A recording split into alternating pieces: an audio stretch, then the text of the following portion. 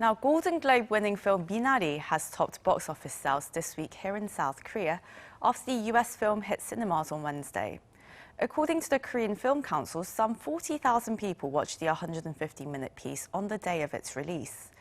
A semi-autobiographical movie by Korean-American director Lee Isaac Chung. The movie is about a Korean immigrant family moving to an Arkansas farm in search of their American dream, and in the process discovering what it means to be a family amid their struggles. Starring Steven Yeun, Han Ye-ri and Yoon Yo-jung, Minari has been one of the most anticipated films in Korea, especially after it won Best Foreign Language Film at the Golden Globes last weekend. To discuss the whole buzz around this film and what it means for diversity in Hollywood and whether the piece will scoop an Oscar in the coming weeks, we have joining us today for this discussion Julia Kim, casting director for Minari, who has been in the movie business for more than 20 years. We also connect with Angie Han, who is the deputy entertainment editor at Mashable. A very warm welcome to both of you ladies. Thank you so much for joining us.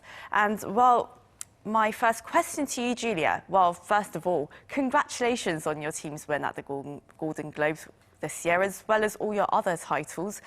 What was your reaction to the news of your latest win, and how did your team celebrate it? Well, we never imagined the Golden Globe, so the celebration, we were all virtually celebrating and kind of over the moon. I come from independent films, so the rest of the team does as well, and we never dreamt of Golden Globe, so it was a thrill to have a nominated film, for sure. Very exciting, and again, our congratulations to you from Arirang. And well, now Angie, you've written about this, and well, Minari has received glowing reviews from critics. You wrote in your own article that the movie felt very familiar and quite reminiscent of your own childhood, running into the sort of encounters and conversations that you experienced as a Korean American. But what key aspects of the film do you think really stood out to the general audience to generate such a massive response? Well, as you said, Minari really resonated with me personally, in part because it reminded me so much of my own childhood growing up with Korean immigrant parents in the United States. But I don't think it's necessary to enjoy the film to have had that experience. I think just about anyone will find something to relate to in it, even if they're totally unfamiliar with Korean or Korean American culture. I mean, first and foremost, it's just such an immensely likable film with just such interesting, lovable characters played by people like Han Ye-ri and Yoo Yo-jung, which my Julie over here has also she's responsible for that part of it. It's so warm and emotional and funny. It's nostalgic, but also clear-eyed. It's really candid about the struggles that this family is facing and their problems, like their problems with money or the son's health or the parents arguing over the father's decision to pursue his dreams. But you also get such a sense of the warmth and the affection and the love that is between this family. So it's a film that just is really fun and feels good to watch. And I think part of what's so appealing about it is that a lot of it is from the perspective of this little boy, David, who's about 7. So watching it as an adult, I was able to understand these situations from my own grown-up perspective, but also to think back on what it felt like to be a kid and not understanding a lot of the adult situations going on around me. And I think that's something that pretty much anyone can relate to. And Julia, well, this isn't your first film to receive an award, of course, but was this victory and the massively positive reaction particularly significant for you as an Asian American? And, well, how tough is it really to make it in the film industry in the States as a casting director or in another leading production role as an Asian American?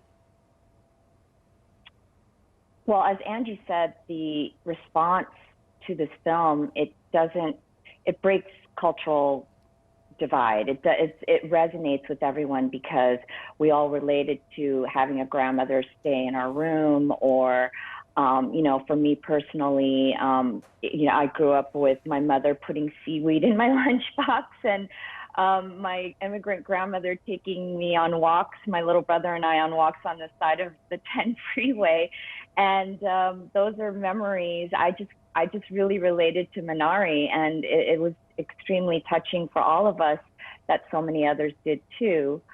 As far as making it, it takes so many people to make a successful film, and even then the response to Minari and where it is day, you can't even dream. It's lightning in a bottle. It's just, you don't make a film thinking it's going to go where Minari is going right now. So it's been extremely gratifying, thrilling, heartwarming, and everybody on the team has a personal connection to it because we all happen to be, there's a lot of us from Korean backgrounds and descent. So we just all have our own personal connection, and that's a very rare thing. And Julia, you must have had quite a challenge finding the right people for this film as casting director, especially during this pandemic as well. I mean, how did you discover such gems like Alan Kim and Noel Kate Cho, both adorable? What kind of future do you see for them? Well, I mean, just they make me smile, and they make everyone smile.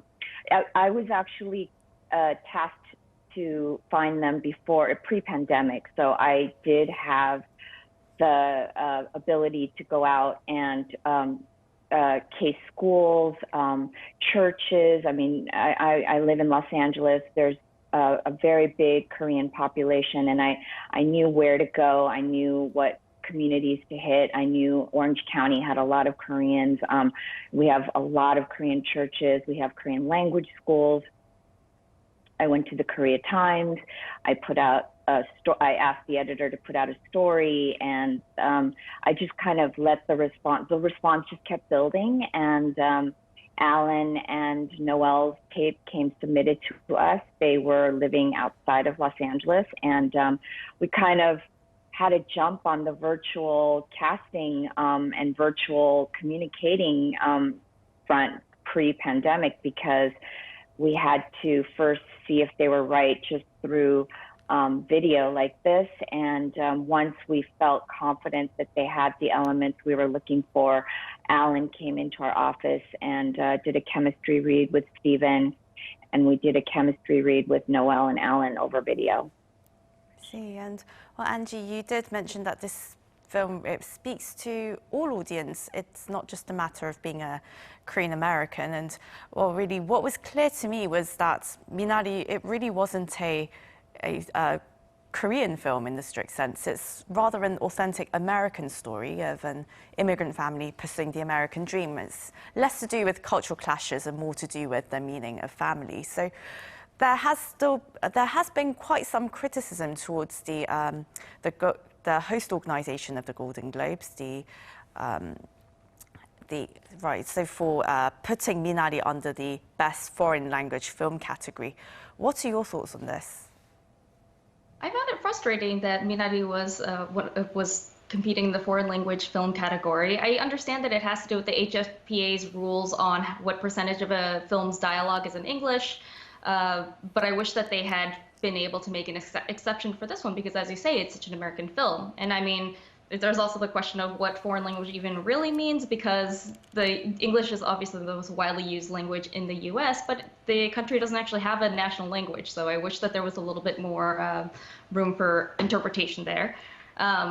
And the problem is that foreign language films are kind of considered to be the quote unquote foreign films, which is to say films that aren't American. And Minari is such an American film. It's so strange to think of this as foreign when it's a movie that takes place entirely in the US and is very much about the experience of coming to this country and trying to make a better life for yourself, which is such an American story. It is entirely about trying to navigate the culture of the US. So in that sense, I found it a little bit odd and disappointing. But all that said, I do think we also have to consider the award strategy at play here. I might not love that Minari was submitted as a foreign language film, but it might be the case that it won an award because it has stood a better chance in that category. And the end result is that it did come with a very well-deserved Golden Globes win, which is sure to draw more attention and buzz to the movie. And the Hollywood Foreign Press Association could not remember the acronyms before for some reason.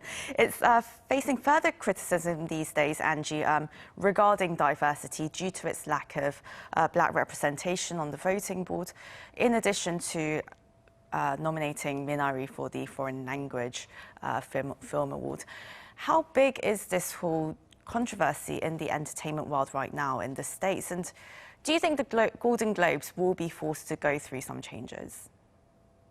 It's certainly something that's being talked a lot about right now in the entertainment industry and in entertainment journalism. And the HFPA is clearly also very aware that this is a big controversy. I mean, during the Golden Globes, not only did the hosts Tina Fey and Amy Poehler address it, they also had three of the leaders of the HFPA come forward and come up on stage and, acknowledge and say their commitment to having a more diverse voting body and swearing that they will change and do better.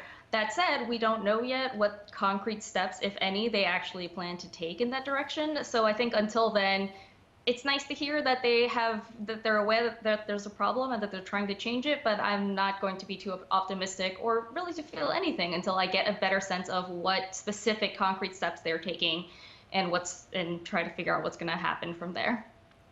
Now, Julia, regarding Minari, I think that your director, Mr. Lee Isaac Chung, put it best when he said Minari goes deeper than any American language or any foreign language. And well, what are your thoughts on this, especially as you are a part of the Casting Society of American Diversity Inclusion Committee, and you also founded the Invasion LA to guide Asian American actors into the world of Hollywood. Over your 20 years in the industry, how far has Asian American representation come in Hollywood, and what further hurdles do you hope to overcome? I believe that as long as stories are authentic, it's going to resonate regardless of what language or cultural story it is. I think people just relate to real and authentic stories. And I think that the more opportunity there is for diversity and inclusion with stories like Minari and so many others during this Oscar season. I'm watching stories from all around the globe, and I'm so impressed with the kinds of stories they're telling and how they're being told with the constraints of economic means and the political hotbed of whatever country they may be. They're still making these stories, and so art will always be told through these beautiful stories. And as far as hurdles, I don't want to look at it that way, because I have been in the business for 20 years plus, and the fact that I am sitting here today talking about a film like Minari, and I'm working on something now where the lead roles are a Korean American woman, East Indian woman, and a Chinese American man, and they're the lead roles. Like, to me, that means that more people are going to be encouraged to join the business in front of and behind the camera, and it's a good thing. It's just a good thing for art. It's a good thing for films. It's a great thing that Hollywood has taken notice, and also even things like the Golden Globes being called out on just it being considered a foreign film just creates more attention and eyeballs on Minari, which is a good thing for people to really converse about this topic that everyone's really hotly talking about. A lot more to look forward to. And well, Angie, now there's this whole Oscar buzz around Minari, and of course Parasite last year won the foreign language title at the Golden Globes and then went on to clinch the Best Picture award at the Oscars. So what do you think the odds are for Minari?